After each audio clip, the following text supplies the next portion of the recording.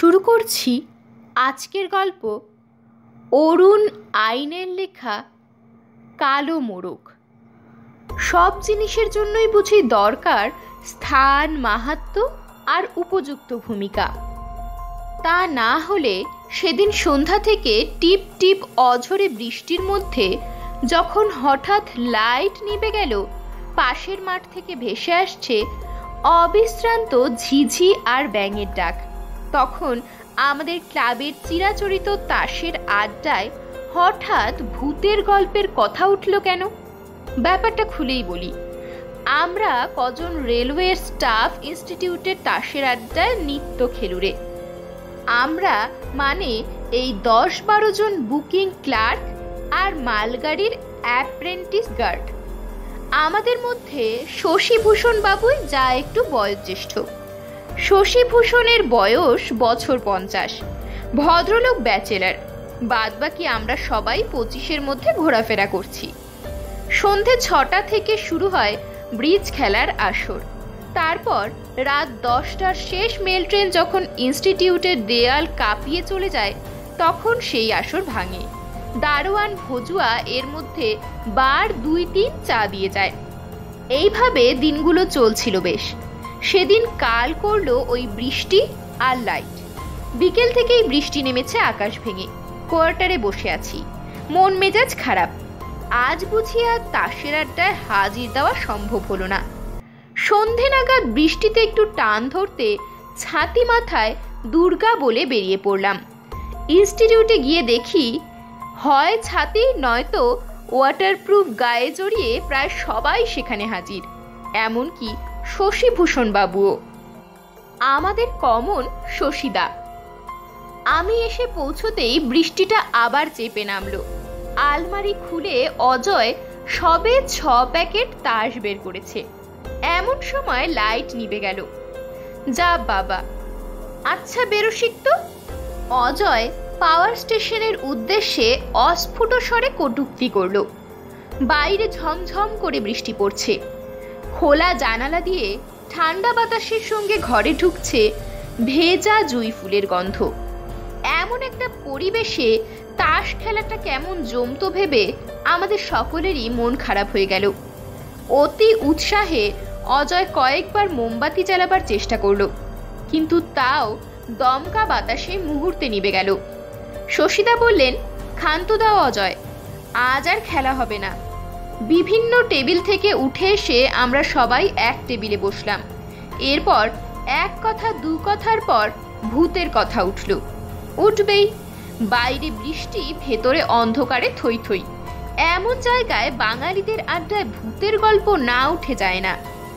অজয় ভূতের অস্তিত্ব সম্বন্ধে ঘোরতর সন্দিহান। ও বিশ্বাসই করে না ভূত বলে কিছু আছে। ভূতের গল্প উঠতেই ও প্রবল তর্ক জুড়ে দিল। বলল, ভূতের অস্তিত্ব আমাদের মনে, বাইরে নয়। ভীতু মনের কল্পনা ওইসব। ভূতের গল্পের কথা উঠতেই অজয়ের এই বাধা দান আমাদের কারোরই ভালো লাগলো না। আরে বাবা, থাক না থাক। বাইরে অবিশ্রান্ত বৃষ্টি, ভেতরে গা ছমছম অন্ধকার, মাঝে মাঝে দমকা ঠান্ডা বাতাস। এর মধ্যে ভূতের গল্পর মতো যে মুখরোচক চাট নেই, সেটা তো অস্বীকার করা যায় না। কিন্তু অজয়কে বোঝায় কে? তার ওই এক গো। আমাকে কেউ ভূত দেখাবার গ্যারেন্টি দিলে আমি তার সঙ্গে জাহান্নাম পর্যন্ত যেতে রাজি। আমাদের মধ্যে ভূত সম্বন্ধে কেউ অভিজ্ঞ নয়, তাই কে আর অজয়কে গ্যারেন্টি দিয়ে হাত ধরে জাহান্নামে নিয়ে যাবে? কিন্তু ভূতে অবিশ্বাস বলেই বোধ হয় অজয় ভূত বিষয়ক বহু দেশি বিদেশি বই পড়ে ফেলেছে। কাজেই ভৌতিক ঘটনা ও আমাদের চেয়ে বেশি জানে। ও বলে ভূত আসলে চোখের ভুল, ইলিউশন। সেই সঙ্গে পরিবেশও কিছুটা কাজ করে। আমরা বললাম, যেমন যেমন ধর একটা ঘটনার কথা বলি। আমি সেবার দেশের বাড়িতে। একদিন আমার বিধবা পিসিমা মাঝরাতে উঠে বাইরে গেছেন। হঠাৎ ভূত ভূত বলে চিৎকার। আমরা সবাই বাইরে এসে দেখি পিসিমা মাটিতে অজ্ঞান হয়ে পড়ে আছেন। মুখ দিয়ে একটা গো গো শব্দ বেরোচ্ছে। জল টল দিতে তার জ্ঞান ফিরল।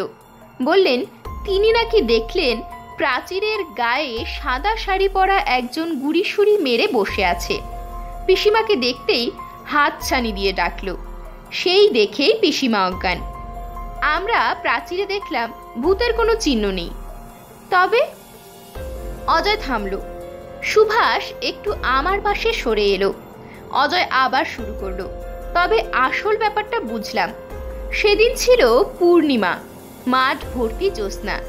আকাশে খণ্ড খণ্ড মেঘ ভেসে বেড়াচ্ছে। জ্যোৎস্নার আলোয় বাড়ির পেছনের তাল গাছের ছায়া পড়েছিল প্রাচীরে, আর বাতাসের অল্প ধাক্কায় তাল গাছের পাতাগুলো নড়ছিল। ব্যাস, তাতেই পিসিমা ভেবে বসলেন ভূত তাকে হাতছানি দিয়ে ডাকছে। ব্যাপারগুলো সব এমনই চোখের ভুল, বুঝলি? হিরণময় বলল, কিন্তু তুই যে বললি তোরা গিয়ে প্রাচীরে কিছু দেখতে পেরি না। পাইনি তো। সেই মুহূর্তে একখণ্ড মেঘ এসে চাঁদটাকে ঢেকে দিয়েছিল, তাই প্রাচীরে ছায়া পড়েনি। কিন্তু মেঘ সরে যেতে আবার সেই আগের মতো অবস্থা। পিসিমার জ্ঞান হতে আমি সমস্ত ব্যাপারটা দেখালাম। সেই থেকে পিসিমার আর ভূতের ভয় নেই। আমাদের অত বড় দেশের বাড়িতে তিনি এখন একাই থাকেন। সুভাষ তারপর আমার কাছ থেকে সরে গেছে। বোধহয় ভূতটা মিথ্যা প্রমাণিত হতে ও খুশি হয়েছে। কিন্তু আমার মুখ থেকে হঠাৎ ফস করে বেরিয়ে গেল, কিন্তু এত যে আমরা ভূতের গল্প শুনি তার সবগুলি কি চোখের ভুল, ভীরু মনের কল্পনা? নিশ্চয়ই। তুই আমাকে যে কোনো ভূতের গল্প বল, আমি ফাঁকটা কোথায় দেখিয়ে দিচ্ছি। যে কোনো ভূতের গল্পেরই কোনো বাস্তব ব্যাখ্যা নিশ্চয়ই আছে। সব ভূতের গল্পেরই কি ব্যাখ্যা আছে? আমরা সবাই চমকে উঠলাম।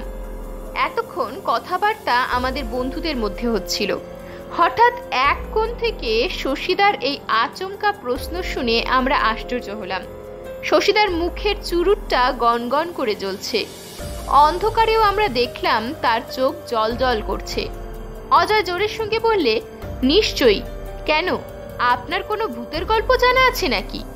শশীদা মুখ থেকে চুরুটটা নামিয়ে ছাই ঝাড়লেন। কিছুক্ষণ সবাই চুপচাপ। আমরা অপেক্ষা করতে লাগলাম শশীদা কি বলেন শোনার জন্য। বোধহয় আমরা সবাই চাইছিলাম শশীদা অজয়কে একটা মুখের মতো জবাব দিন। ব্যাটার আস্পর্ধা তো কম নয়। আমরা সবাই বঙ্গপুঙ্গব। ছেলেবেলা থেকে হাতে মাদুলি আর কোমরে ঘষা তামার পয়সা বাঁধতে অভ্যস্ত। আমাদের কিনা ভূতে অবিশ্বাস করার দুঃসাহস। কিন্তু শশীদা আমাদের হতাশ করলেন। তিনি ছাই ছেড়ে হাতের চুরুটটা ঘোরাতে ঘোরাতে শান্ত গলায় বললেন, না ভাই, আমার কোনো ভূতের গল্প জানা নেই। অজয়ের গলায় ব্যঙ্গ। আসলে আপনি ভয় পেয়ে গেছেন। আপনি জানেন এখানে কোনো আষাঢ়ে গল্প ফাঁদলে আমি তার ফাঁকিটুকু ধরে ফেলব। শশীদা আশ্চর্য ঠান্ডা গলায় বললেন, হয়তো। তার চোখ দুটো একবার জলজল করে উঠে আবার স্বাভাবিক হয়ে এলো। আমার কেমন যেন মনে হলো শশীদা কি একটা বলতে গিয়ে চেপে গেলেন। কথাটা বলতেই বাকি সবাই শশীদাকে চেপে ধরল। বলতেই হবে। শশীদার চুরুট নিবে গিয়েছিল। রতনের কাছ থেকে দেশলাই নিয়ে আবার জ্বালিয়ে দিলেন। একটা দীর্ঘ টান দিয়ে কিছু ভাবলেন যেন। তারপর শান্ত গলায় বললেন, আমাকে কিছু বলতে অনুরোধ করো না।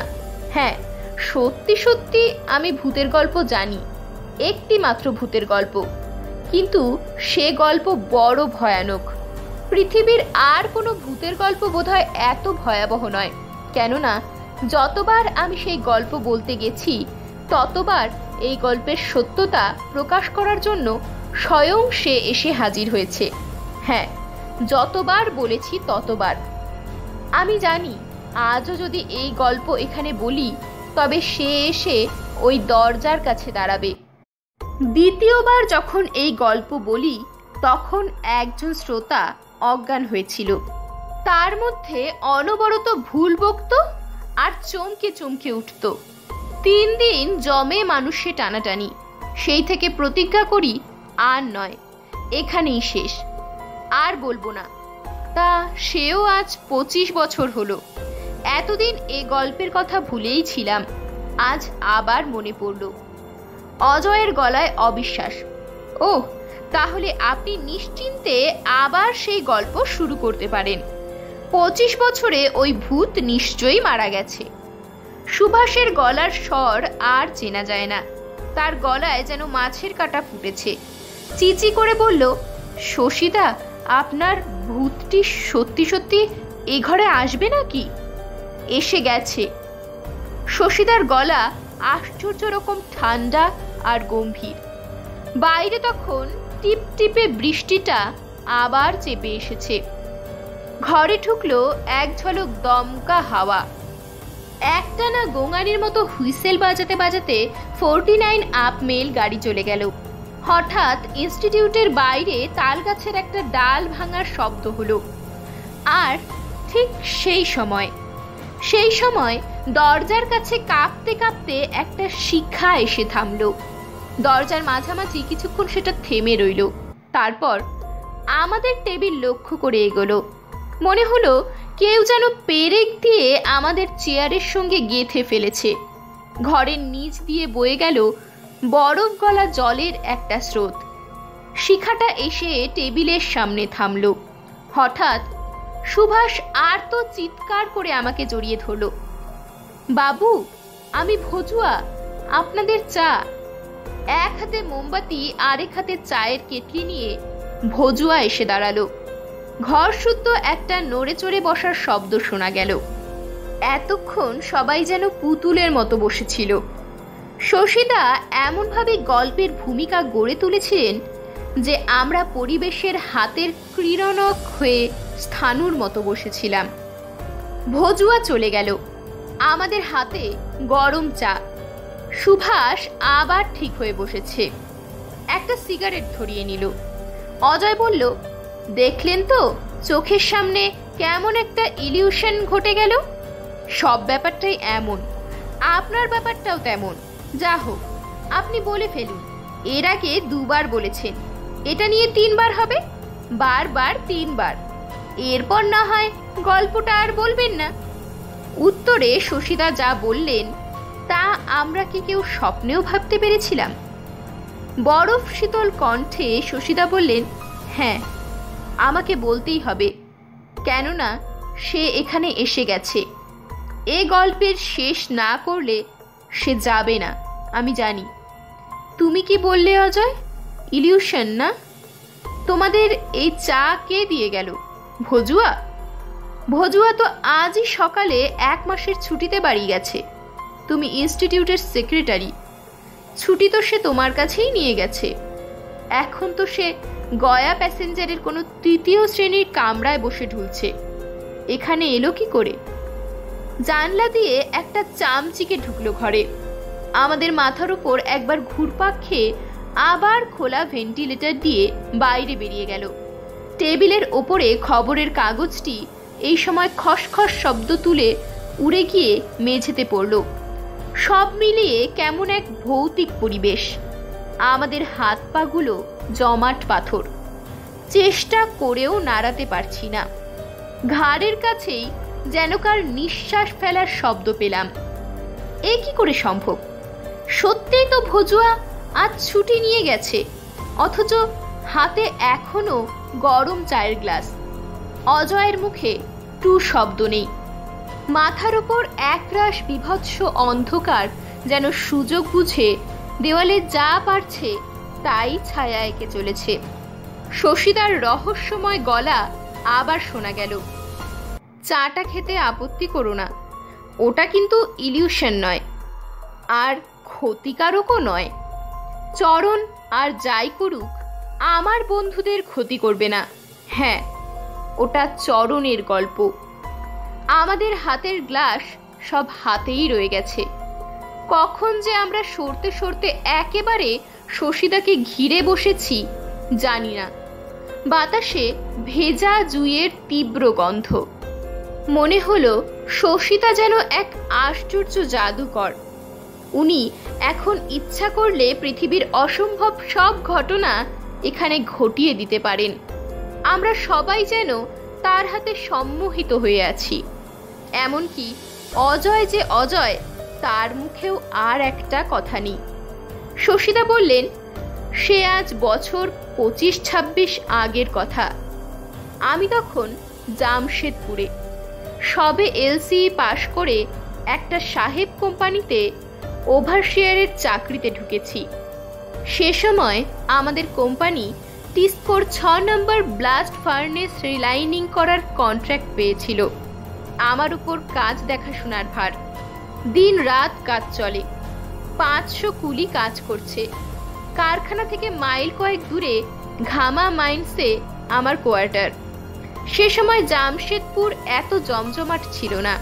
শহরের অর্ধেক জুড়ে তখনও শালমহুয়ার জঙ্গল, যাতে কখনো ভাল্লুক কখনো জঙ্গলি হাতি বেরোয়। কোয়ার্টারে আমি একা থাকি, সঙ্গে চরণ আমার চাকর। জুতো সেলাই থেকে চণ্ডীপাঠ সবই করে। লোকটা আমাকে ভালোবাসত খুব। চরণ চান্ডিলের অধিবাসী। মাসে একবার ছুটি নিয়ে বাড়ি যেত। দিন দুয়েক পর আবার ফিরে আসতো। সেবারও চরণ তেমনই ছুটি নিয়ে বাড়ি গেছে। 7 দিন হতে চলল, অথচ ফিরল না। সাধারণত এমন হয় না। ভাবলাম হয়তো জ্বরে পড়েছে। যেদিনকার কথা বলছি সেদিন একটু তাড়াতাড়ি বাড়ি ফিরছি, তাও রাত 10টার আগে নয়। তাড়াতাড়ি বাড়ি ফিরে নিজেকেই রান্না করতে হবে। ওয়ার্কশপ থেকে বেরিয়ে কোয়ার্টারের রাস্তা ধরলাম। রাস্তায় একজনও লোক নেই।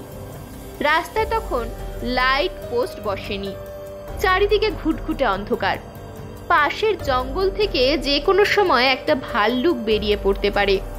এমন সময় মনে হলো আমার সামনে হাত দুয়েক আগে আগে কেউ চলছে, কোনো জানোয়ার হয়তো। পকেট থেকে টর্চ বের করে জেলে দেখি একটা কালো মোরগ। ভাবলাম জংলি মুরগি হবে। পাশের জঙ্গল থেকে রাস্তা এসে পড়েছে। টর্চ নিভিয়ে নিশ্চিন্ত মনে চলতে লাগলাম। কি ভাবছিলাম খেয়াল নেই। হঠাৎ মনে হলো, তাই তো, মোরগটা যে এখনো আমার আগে চলেছে। এমন তো হয় না। আবার টর্চ ফেললাম। একটা মোরগ যেমন পথ চলে, কালো মোরগটা ঠিক সেইভাবে পথের এক পাশ দিয়ে হেঁটে চলেছে। এবার ওর গায়ে আলো পড়তে মোরগটা ঘাড় ফিরিয়ে চাইল। তারপর আমার দিকে চেয়ে একটু হাসলো। মোরগের হাসি। ভাবলাম চোখের ভুল হয়তো, সারাদিনের অভুক্ত শরীরের উদ্ভট খেয়াল। ভুলে যেতে চাইলাম, কিন্তু কিছুতেই ভুলতে পারলাম না।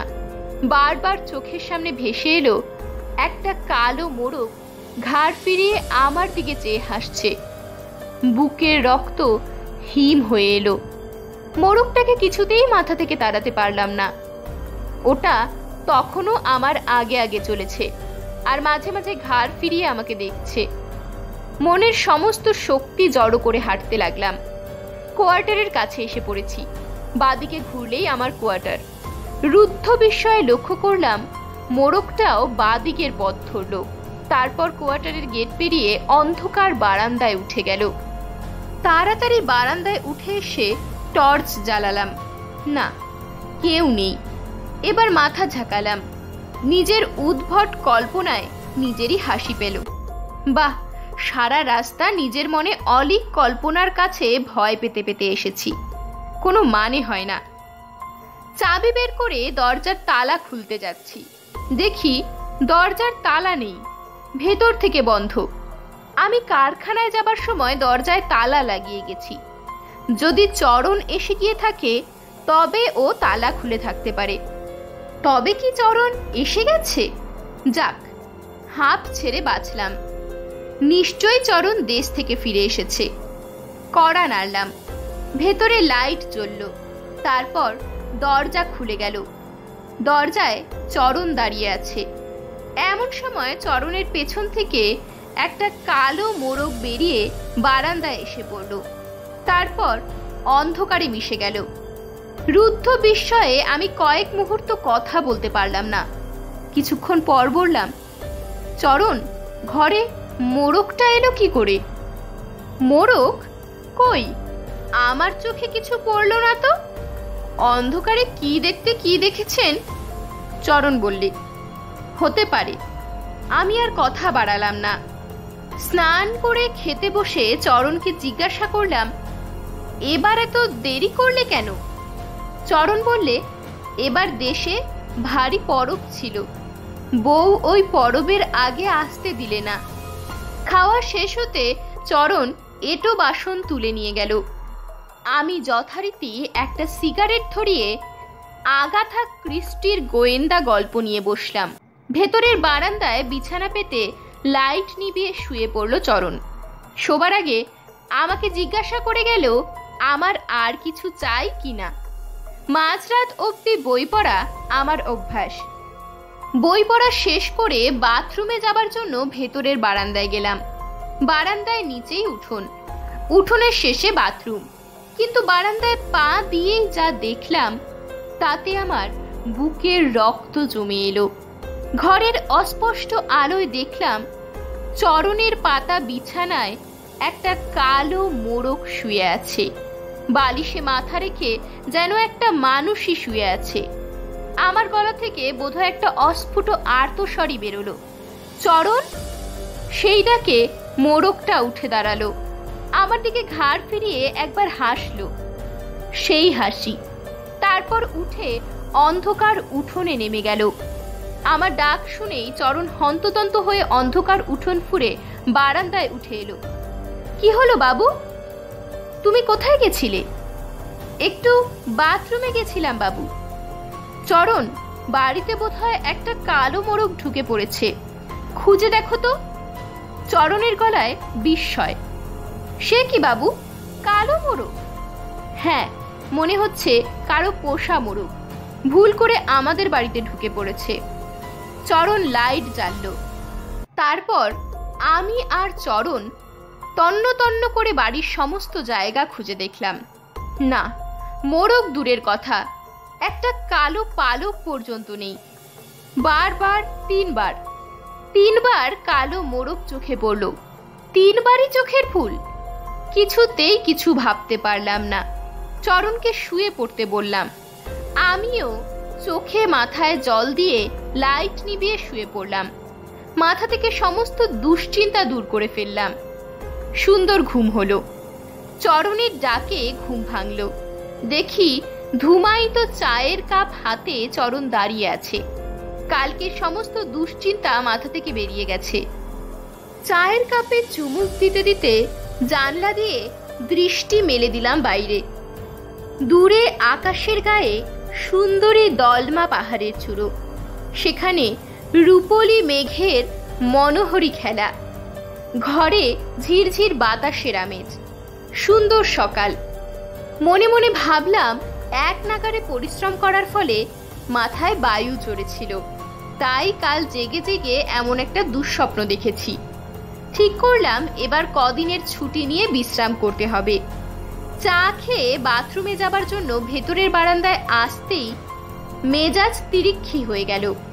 উঠোনে এক রাশ কালো পালক ছড়ানো, কয়েকটা গায়ে রক্তের ছিটে। চরণ! আমার গলায় উষ্মা। এসব কি? কাদের বাড়ির মুরগির পালক এসে আমাদের বাড়িতে পড়েছে, তুমি লক্ষ্য করনি? ঝাড় দিয়ে ফেলে দাওনি কেন? চরণ রান্নাঘর থেকে বেরিয়ে এসে অবাক। তাই তো বাবু, কিছুক্ষণ আগেও আমি কিছু দেখিনি। এইমাত্র বোধহয় বাতাসে উড়ে এসে পড়েছে। চরণ ঝাড় দিয়ে ওগুলি পরিষ্কার করলো। খেয়ে দিয়ে কারখানায় গেলাম। কাজের ফাঁকে ফাঁকে বারবার দুঃস্বপ্নের মতো হানা দিতে লাগলো কালো মোড়ক। কিছুতেই ভুলতে পারলাম না। আচ্ছা, জ্বালায় পড়লাম তো। একটা তুচ্ছ কালো মোড়ক জীবন অতিষ্ঠ করে তুলল। একবার ভাবলাম সমস্ত ব্যাপারটা সান্যালকে বলি। সান্যাল আমার সহকর্মী, কিন্তু পারলাম না। শুনে ও হয়তো ঠাট্টা করবে, কারণ সমস্ত ব্যাপারটা আগাগোড়া ভাবতে আমার কেমন অবাস্তব ঠেকছে। জোর করে কাজে মন দিতে চেষ্টা করলাম, কিন্তু মনের তলায় একটা কাটা খচখচ করতে লাগলো। দুপুরে খাবার সময় অফিসে এসে বসলাম। চরণ অফিসেই খাবার পাঠিয়ে দেয়। গিয়ে দেখি সান্যাল তার টিফিন ক্যারিয়ার খুলে বসে আছে। আমারও টিফিন এসে গেছে। হাত ধুয়ে এসে টিফিন খুলে বসলাম। টিফিন খুলতেই সমস্ত হাত পা জমে শক্ত হয়ে গেল। শ্যান্নাল ব্যাপারটা লক্ষ্য করে বলল, কি হে, অমন চুপচাপ বসে কি ভাবছ? মুরগি। মুরগি? হ্যাঁ, চরণ আজ টিফিনে মুরগির মাংস পাঠিয়েছে। সে তো খুব ভালো জিনিসে, অমৃত। বেশি থাকলে আমাকেও একটু দিও। না, ভাবছি চরণ মুরগি পেল কোথায়? আজ তো হাটবার নয়। আরে, তোমারও তো খোঁজের কি দরকার? খিদের মুখে মুরগি উপাদেয়। নাও, শুরু করো। কিন্তু আমার সমস্ত মন তখন এক অসহনীয় অশান্তিতে বিধিয়ে গেছে। সমস্ত বাটিটাই তুলে শ্যান্নালকে দিয়ে দিলাম। ও তো অবাক। বললাম, কাল রাতে পেটটা একটু খারাপ হয়েছিল, মাংস খাবো না। দই দিয়ে ভাত মেখে সামান্য ভাত খেলাম। আজ বিকেল বিকেল বাড়ি ফিরলাম, কিছুতেই সবুর সইছিল না। গিয়েই চরণকে বললাম, চরণ, তুমি আজ মুরগির মাংস পাঠিয়েছিলে? হ্যাঁ বাবু। মুরগি কোথায় পেলে? একটা আদিবাসী এসেছিল কালো মোরগ নিয়ে, সস্তায় পেলাম, নিয়ে নিলাম।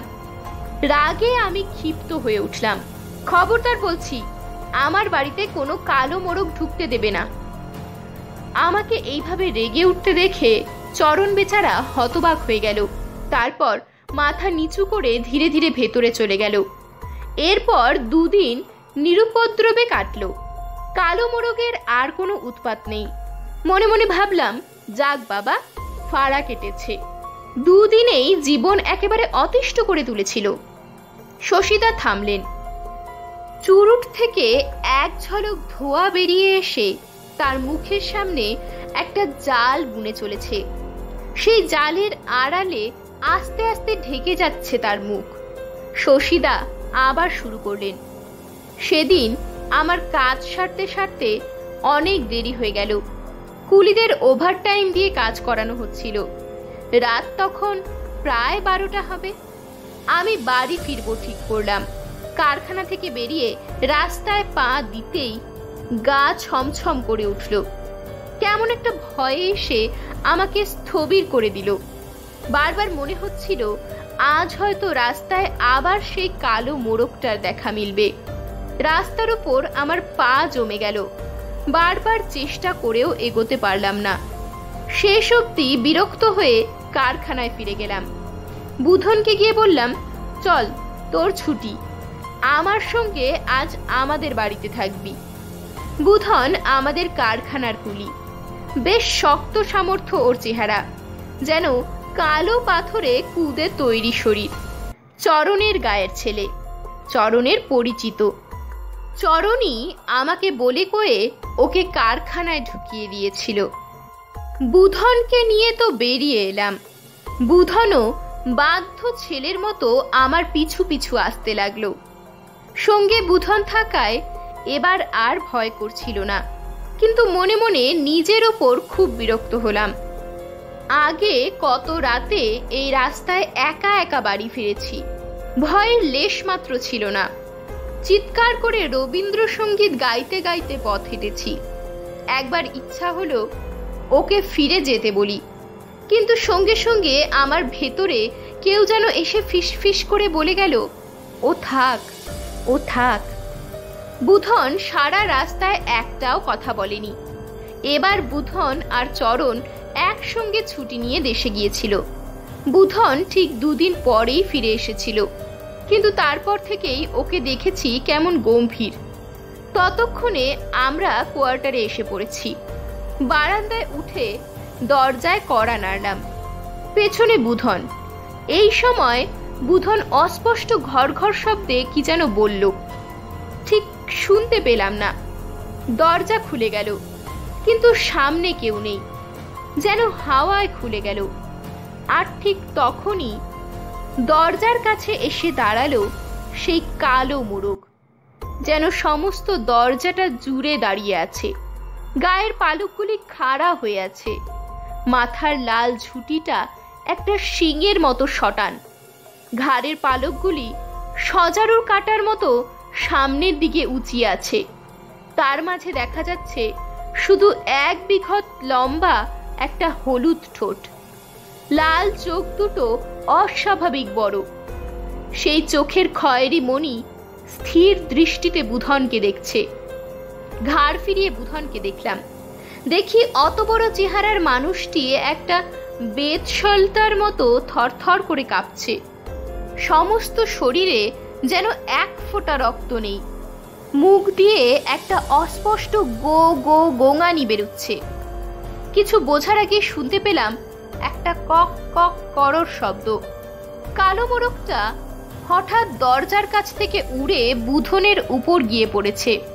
বুধন মাটিতে পড়ে গেল, আর তখন সেই কালো মোরগটা তার বুকে উঠে কণ্ঠনালীতে ঠোঁট ডুবিয়ে রক্ত পান করতে লাগলো। কয়েকবার ছটফট করে স্থির হয়ে গেল বুধনের শক্ত পাথরের মতো পা দুটো। কণ্ঠনালীর রক্তপান শেষ করে মোরগটা ঠোঁট তুলল। তারপর বুধনের প্রাণহীন বুকের উপর দাঁড়িয়ে একবার বিজয়ী মোরকের মতো পাখা ঝাপটে করর করে ডেকে উঠল। তারপর সে বুক থেকে নেমে দাঁড়ালো। সেখান থেকে নেমে গেল রাস্তায়। রাস্তা থেকে ধীরে ধীরে পাশের জঙ্গলে অদৃশ্য হয়ে গেল। আমার পায়ের কাছে পড়ে আছে একটা বিশাল প্রাণহীন দেহ। গভীর রাত, চরাচর নিস্তব্ধ। আমার সমস্ত শরীরের রক্ত ঘাম হয়ে কুলকুল করে বয়ে চলেছে। কিন্তু কি আশ্চর্য, আমার পুরনো সাহসও যেন আস্তে আস্তে ফিরে আসছে। সমস্ত ব্যাপারটা অস্পষ্ট ধোঁয়াটে হলেও ইতিকর্তব্য ঠিক করে নিতে সময় লাগলো না। বাড়ির ভেতরে চরণের খোঁজ করলাম। চরণ কোথাও নেই। কোয়ার্টার থেকে বেরিয়ে থানায় গেলাম। সমস্ত খুলে বললাম। সেই রাতেই পুলিশের গাড়িতে বুধনের দেহ নিয়ে গেল পোস্টমর্টেম করার জন্য। সব দুঃস্বপ্নের পরই আছে জাগরণ, তাই সেই রাতও একসময় ভোর হলো। সেদিনই সকালে চান্ডিলের বাস ধরলাম। গিয়ে পৌঁছালাম চরণের দেশের বাড়িতে। আমাকে দেখেই ওদের বাড়িতে কান্নার রোল পড়ে গেল। আমি জিজ্ঞেস করলাম, চরণ কোথায়? চরণ মারা গেছে বাবু। মারা গেছে? আতঙ্কের একটা ঠান্ডা স্রোত গা বয়ে নেমে গেল। এতদিন তবে আমি কোন চরণকে দেখেছি? হ্যাঁ বাবু, বুধন খুন করেছে। ততক্ষণে আমি ঠিক করে ফেলেছি আর কোনো ব্যাপারে আশ্চর্য হব না। এখানে সব সব ঘটতে পারে। আমি যেন এক অন্ধকার মধ্যযুগে এসে পৌঁছে গেছি। এরপর চরণের বউ আর চরণের বাবার অবিশ্রান্ত বিলাপের মধ্যে থেকে যে কাহিনী উদ্ধার করেছিলাম তা সংক্ষেপে তোমাদের বলছি। বিংশ শতাব্দীর সভ্যতা আর বিজ্ঞানের এই চরম উন্নতির দিনে যে এমন মধ্যযুগীয় ব্যাপার ঘটতে পারে তা অভিজ্ঞতা না থাকলে বিশ্বাস করা যায় না।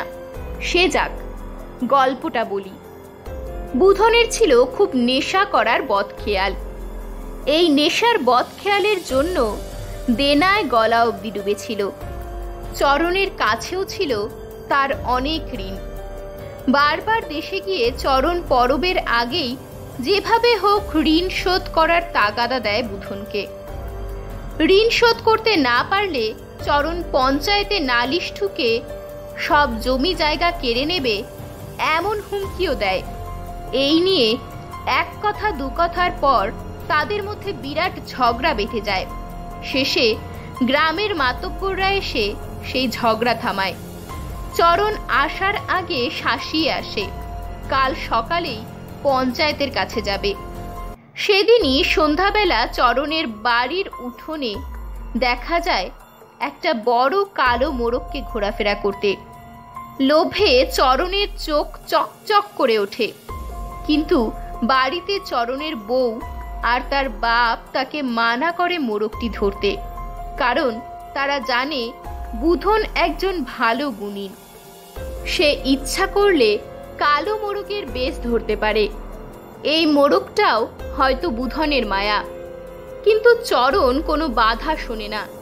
নিশীতে পাওয়া মানুষের মতো মোরগটাকে ধরবার জন্য সে তার পিছু পিছু ছুটতে ছুটতে জঙ্গলে ঢুকে পড়ে।